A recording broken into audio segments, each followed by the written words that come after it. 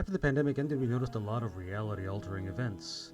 There were the October 7th attacks, which escalated the Israeli and Palestinian conflict, Donald Trump's re-election to the US presidential office, the return of MAGA into American society, the involvement of Elon Musk and Doge in our governmental processes and structuring, and the employment within our government, and then the state of the overall economy in the world. The global economy was affected by Donald Trump's tariffs, by Russia's invasion of Ukraine, and many other things that have affected the way people living in the West and in the world in general, since there is some cause and effect in play.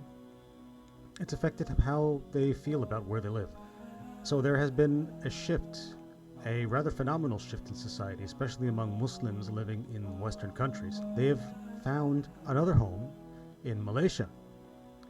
And before this recent insurgence, I myself made this journey approximately 12 years ago for my faith and my family. I am originally from the United States, and I moved here and was able to keep my career going throughout the process. So I'd like to share my thoughts about what all that entails. As an American, I can tell you we often don't know about anyone but ourselves. We lack awareness of other peoples, we lack awareness of other countries. For many Americans in my audience, no need to be ashamed, we live and learn. So here are a bunch of loosely phrased facts for you to read while I babble. And if you're content with my babble, please consider liking and subscribing and offering any constructive feedback that you may have in the comments sections. My interactions with you are what will keep me motivated to continue producing this type of content. Malaysia is in Southeast Asia. It's a neighbor of Thailand, Singapore, the Philippines, and Indonesia. And it was part of the British Empire for approximately 171 years and became the country that we know today in 1963. It is one of the most prominent members of the ASEAN Consortium, one of the most prominent and most active members. Like their cousin Indonesia, Malaysia is majority Muslim. The religion of Islam is sanctified in their constitution, and the right to freedom of religion is recognized and guaranteed in their constitution for their ethnic minority citizens, which were mentioned in the previous slide. By today's standards, Malaysia is considered a middle-income country, and we'll talk about what are some of the benefits of a country not being excessively wealthy in terms of affordability. The migration of Muslims from majority Muslim nations, that has been happening for well over half a century, and is usually due to some undignified or intolerable conditions in their said homelands. This can be subjective from person to person, as there are also thriving communities in these countries. However, some prevalent problems and circumstances may affect some more closely than others. So with a modest amount of research, I found some rough estimates based on some numbers from the UN to know which countries are in the top 10 Muslim majority nations that have larger diaspora. Notice that aside from Morocco and Algeria, countries which were formerly under French colonial rule, the remaining countries in the table have some popular Western destinations, which are Muslim minority, and also some prominent Muslim majority countries as popular destinations to migrate to. The reasons and motivations for people to leave these lands are well known and are reflective of the conditions that have existed in those countries for the past several decades. For example, the Arab Spring in Egypt and Syria, the 2004 invasion by the United States of Iraq, and what resulted of that conflict in Syria and Iraq with the rise of ISIS, a conflict which has recently concluded, we hope permanently. And we've noticed that many Syrians have finally, after years of being scattered around the world in refugee camps or in other countries, just barely getting by, they're able to return to their homelands, and we're very happy for them. In contrast with the previous selection, we have 10 Muslim nations with small diaspora. I would like to do further checking on whether or not this list is complete, because I don't see the Maldives in it. And the Maldives are not just majority Muslim, they are 100% Muslim. All Maldives citizens are Muslims, and Islam is deeply integrated into its national identity, its laws, and their culture. And I have yet to encounter a Muslim from the Maldives anywhere in the world, and I've lived on 3 continents. Most of these countries have better or less extreme socio-economic challenges, and Malaysia is among those countries. Malaysia has a strong economy, largely thanks to their oil. The country enjoys a modern standard of living that is on par or very close to that of the Americas and Europe. The majority of the country is middle class, and life is so good, it's good enough that there are no urgent needs to abandon their beloved home. On the contrary, people from countries with more desperate situations, and even some first world citizens like myself, migrate to Malaysia in pursuit of greater wealth, greater peace, and greater comfort.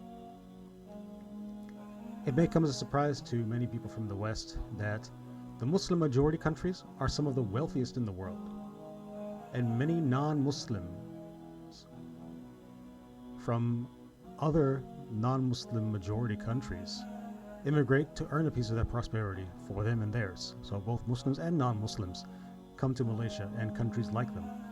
And why not? Those countries need the help. Those immigrants need the work. There is some controversy about the overall treatment and living and working conditions that migrant workers in these countries endure from their hosts.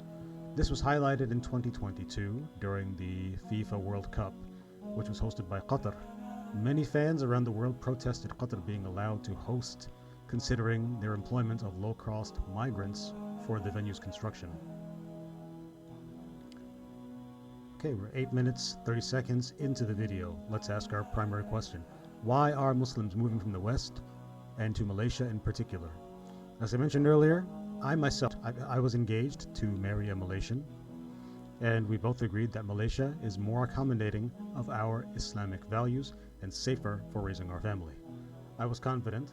Okay, I'll be brief for a minute. I was not that worried because English has some utility as the country's second language, and there are plenty of foreign nationals who have a thriving lifestyle and career here. If you're wondering how I made it here, I'll tell you a little about it.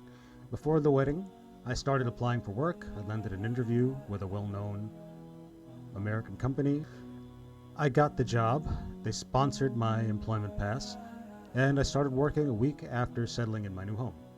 A couple of years later, once I learned the process, I changed from the employment pass to a spousal visa, making my family my sponsor. This pass allows me to stay in Malaysia, it allows me to work, though not stated in the most specific terms. So the right to work is granted by a second document, which is endorsed in the passport, and there are some limitations to it. I can't do a side hustle, for example, if I wanted to get some extra income from driving Grab. I can't do that if I'm employed by a company. Only one company can be endorsed in the work permit at a time. So if I want additional income, it needs to be sourced from outside of Malaysia, which has its complications due to international taxation restrictions and residency, etc.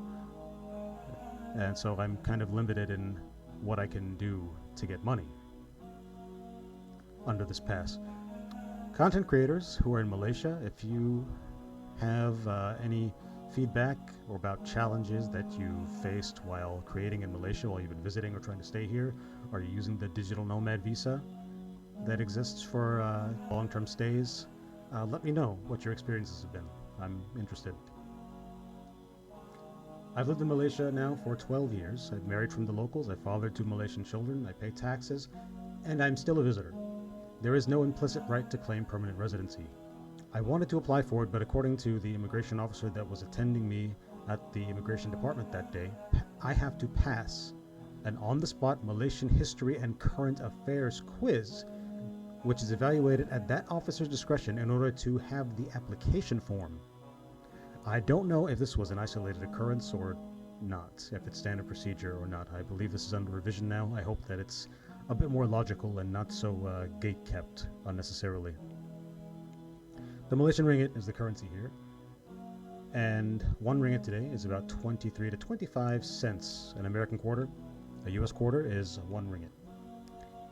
When I visit the US, I need to buy dollars with ringgit, and this makes a difference when I have to go home to visit my family. My parents are still in America.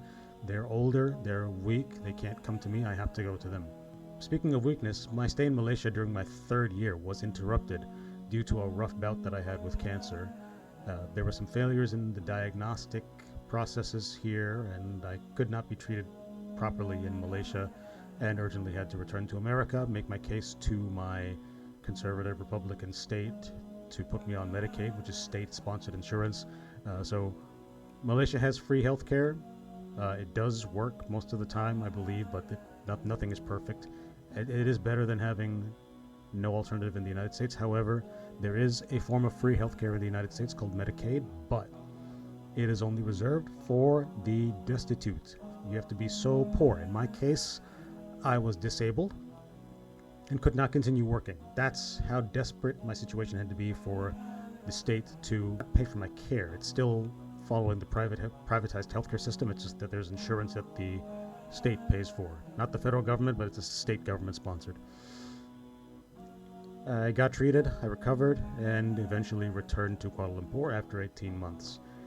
It is well known that Malaysia's specialist care, especially in cancer treatment, it needs more resources allocated for it to expand to adequate levels and to match today's standards of care.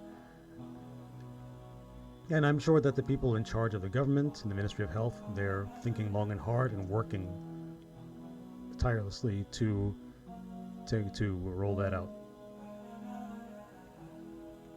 So here are a bunch of details about the different types of passes and their uses for staying here in Malaysia. So I mentioned that I started on the employment pass here, and later I went to the spousal visa, which is this pass here. I believe that a better move, although it wasn't possible at the time because my job role was still not my job was not specialized enough and not niche enough, and my salary was too low to qualify for this pass. I've learned now that the system prefers wealth and gainful specialized employment over familial ties. The spouse visa kind of makes you a bit of a welfare case, whether the Malaysian spouse is the husband or the wife. They have to secure minimum 2,000, at least in Kuala Lumpur, a minimum of 2,000 ringgit per month and prove that income, and they have to guarantee as the sponsor. They can sign a security bond. You don't have to do anything like that on the residence pass. You just have to secure, it looks like, a minimum fixed income of 10,000 per month. I believe I read somewhere else that it was 15. And it has a longer life, and it can eventually allow you to take permanent residency or apply for permanent residency. You have much greater flexibility. On this pass that I have, the long-term pass, every time I change a job, I have to go to the immigration department with my wife with a bunch of paperwork and spend anywhere from 6 to 8 hours there waiting for my work permit to be re-endorsed, to be remade and re-endorsed. You don't have to do this anymore if you're on the RP. The company will sponsor you for the first year. After the second year, then you have autonomy to change jobs as often as you need to. But you have to have a high enough income, or you have to be in a very niche, specialized field that is not abundant in the local talent pool. So let's talk about working in Malaysia a little bit. I am an IT professional, so I'll limit the discussion to the field that I'm most familiar with. There are some newer or niche specialties, especially in tech, that are rare in the local talent pool, and they're like these here. It seems like it's pretty similar to what you might make, at least in the Midwest United States. I'm not sure about in the West Coast, Silicon Valley, or in the East Coast. I know salaries are higher there, but I'm more familiar with where I'm from, which is Missouri, Chicago, St. Louis, Kansas City. Okay, principal solution architects. I know about solutions architects at the senior level. I don't believe they're making this much, for sure. Usually in tech, this is like a manager's salary, like a general manager's salary. A county manager for IT.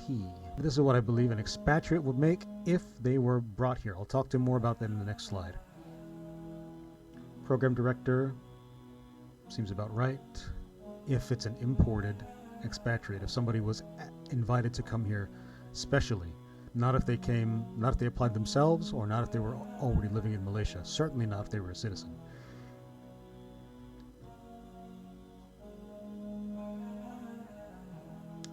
So tech leadership, it's usually occupied, at least in multinational companies, by somebody who was specially invited to work in Malaysia. This would only happen if you're needed urgently, or if it was a multinational company, they had to establish the business here, or if they had to set up the new business unit. They may find somebody internally and send them to Malaysia indefinitely, and they would then, as an incentive to be here, as an incentive to pack up and move and go to a country that with an assumedly lower standard of living, they may be offered, or simply for the hardship involved, for the transition, they may be offered a greater than normal compensation package, again, as incentive for them making this transition. Okay. Industries other than computer and information technology do not always make this distinction between special hires from abroad or even independent contributors from abroad. Oil and gas being an example that is often saturated with expatriate labor. My time in Malaysia has been as an independent contributor, never a leader, never a manager, though I am trying to break into that space. The priority for these types of independent contributor positions, for example, entry to mid-level or even senior level engineers like me, that priority goes to Malaysians, but oftentimes expats are preferred or are given a chance when greater skill has been demonstrated.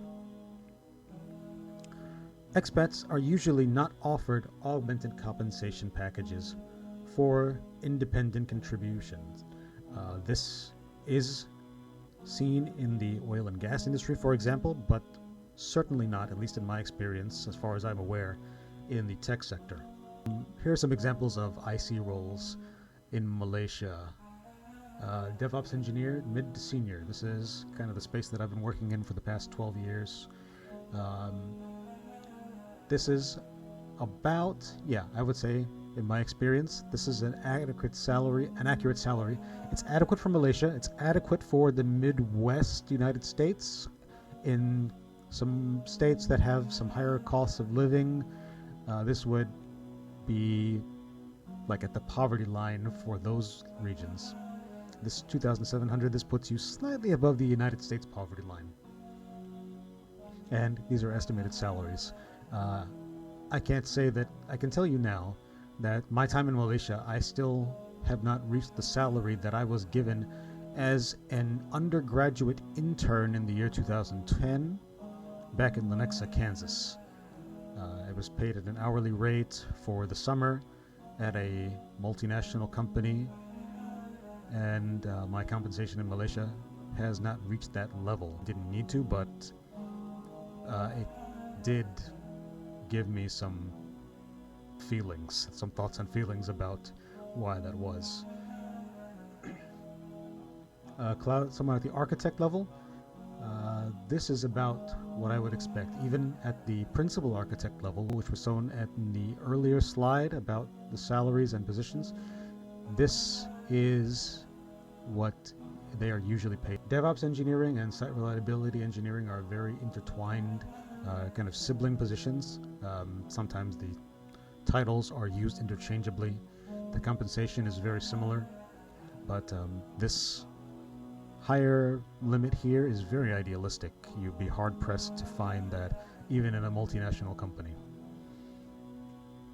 And senior software developers, I would like to point out here that there is a preference in the market, at least that I've noticed, for developers. It seems that there's a sentiment that operations people are very limited. They're not real engineers. They're more like technicians, and developers are the real engineers who can do anything, can fit into any role. So there's like a saturation in most tech departments of people with development backgrounds, and this often gives them preference this often makes recruiters more partial to developers than operations engineers.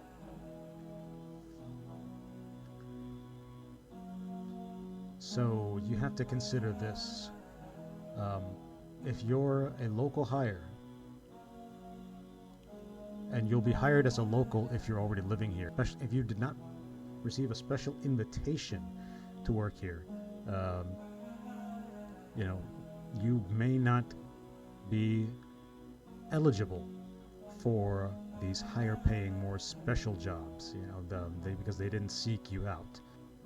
And even for independent contributor roles, they require skill, they require experience, but they're not special enough to get a special compensation package. More often than not, you'll receive a standard employee package equivalent to a Malaysian with similar experience.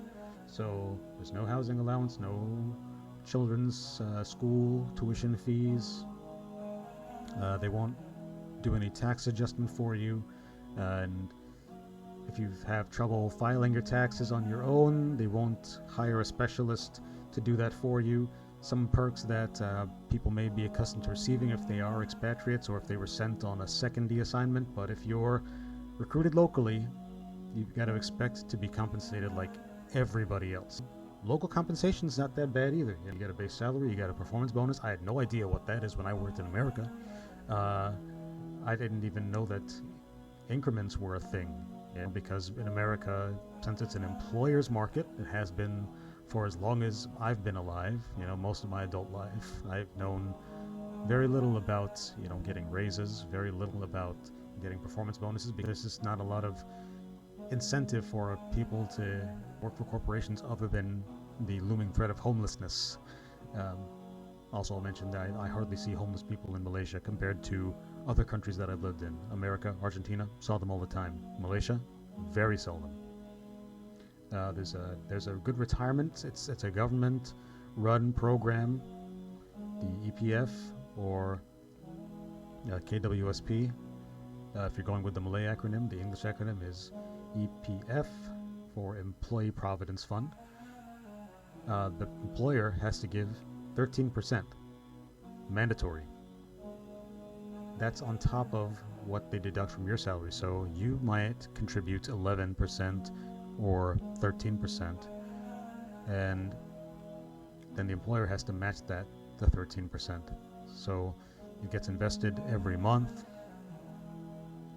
There's medical insurance usually given, and the quality of the medical insurance when I came here, some companies paid for an adequate package, other companies they paid for a package that was subpar.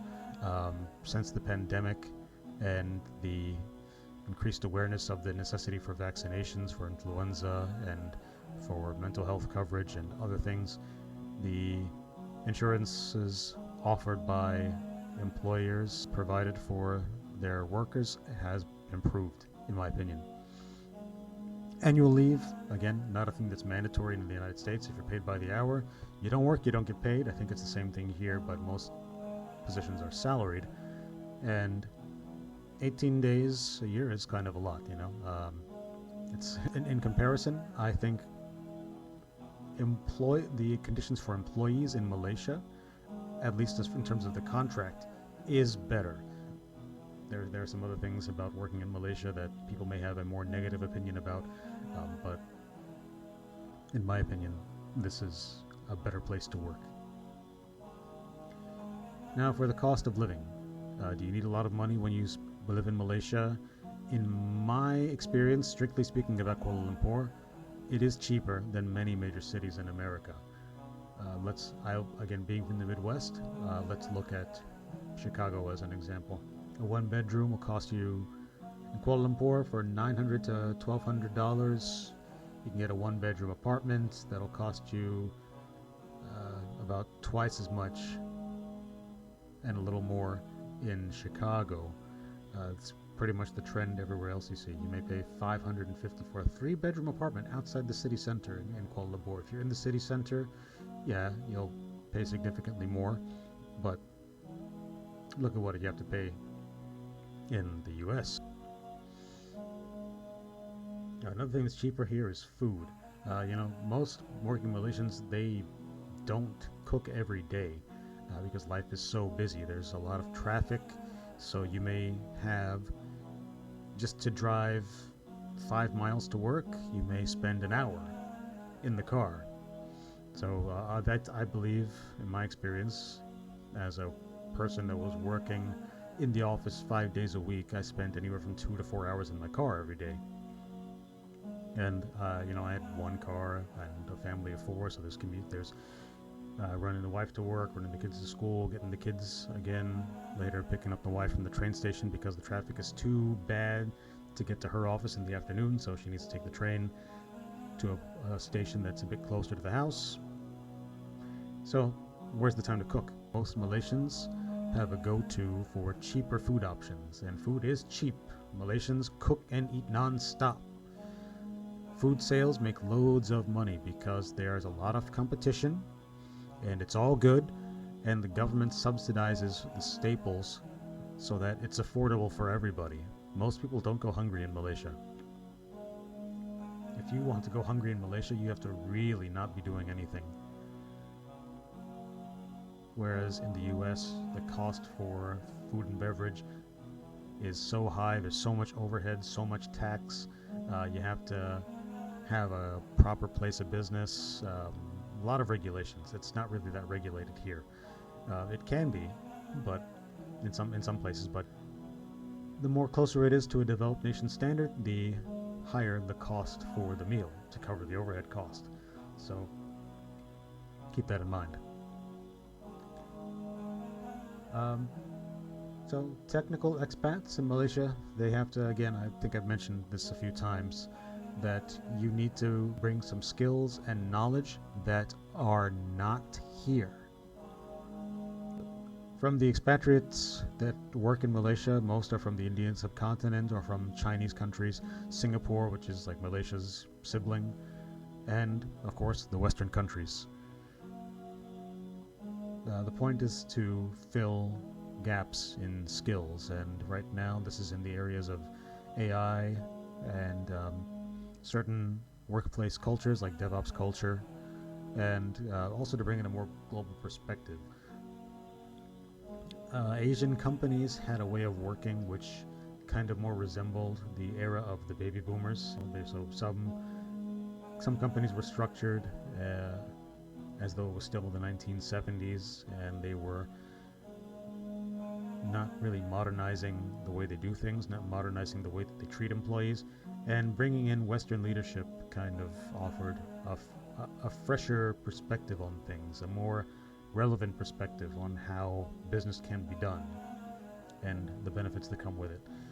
Not all people will see it that way, and there is a level of humility, I think, that we as Westerners have to have, that our way is not the only way. We may offer some perspective, but it doesn't mean that it's better because it came from where we're from. So you might think that you can just work anywhere. Employers have certain quotas as it relates to how many foreigners they can employ and why. Here we have a little bit about industries that have a lot of expatriates working in them. I'll highlight oil and gas. It's the lifeblood of Malaysia. It's the lifeblood of the Malaysian economy. Everything that Malaysia is mostly due to oil revenue.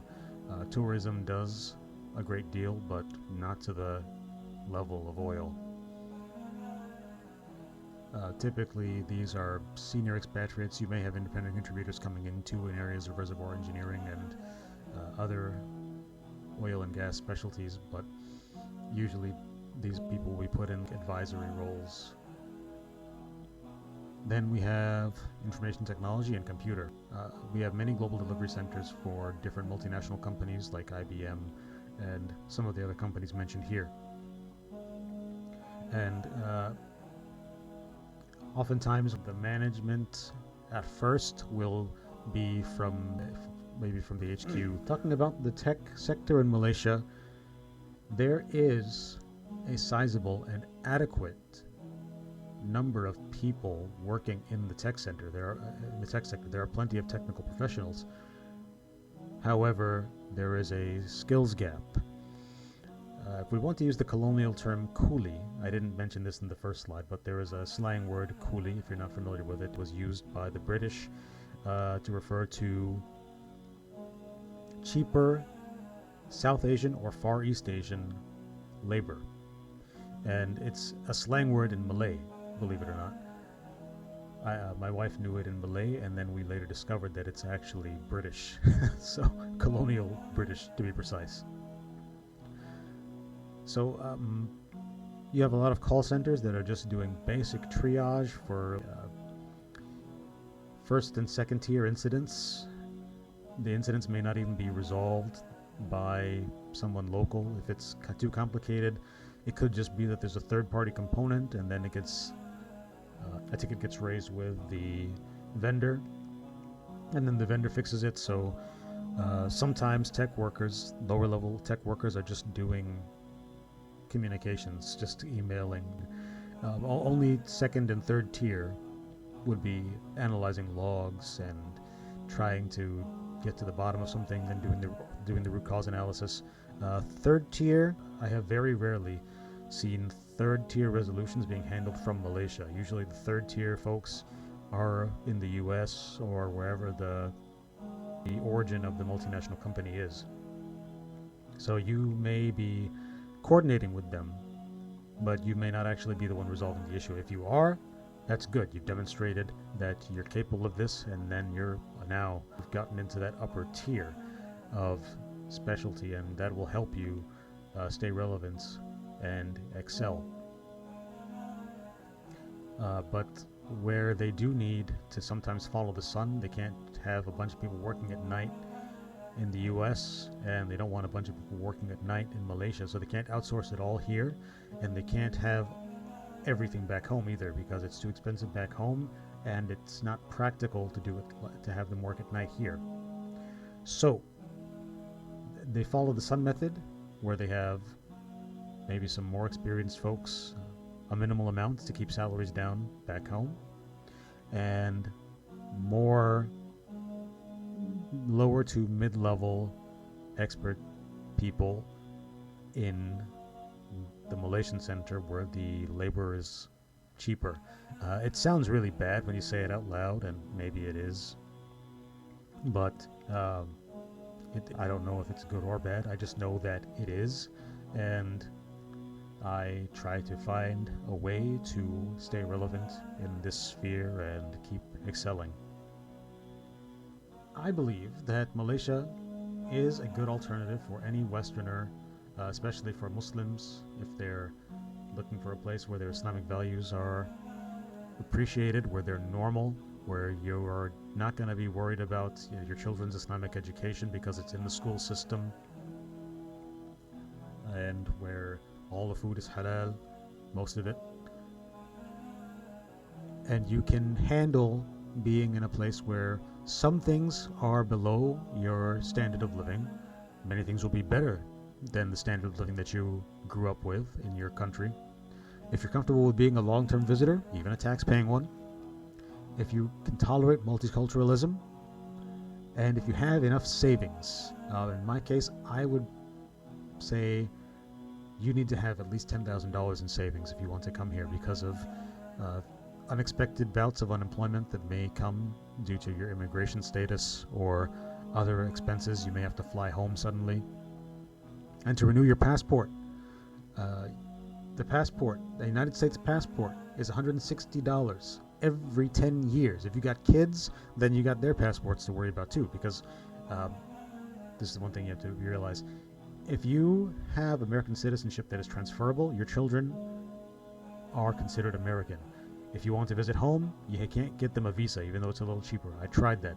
I thought that my money wasn't quite good enough to get a U.S. passport for my firstborn. I applied for the visa. It was rejected. $500 down the toilet. They told me at the embassy in KL that she's a citizen. She needs to have a passport. So I had to come up with that.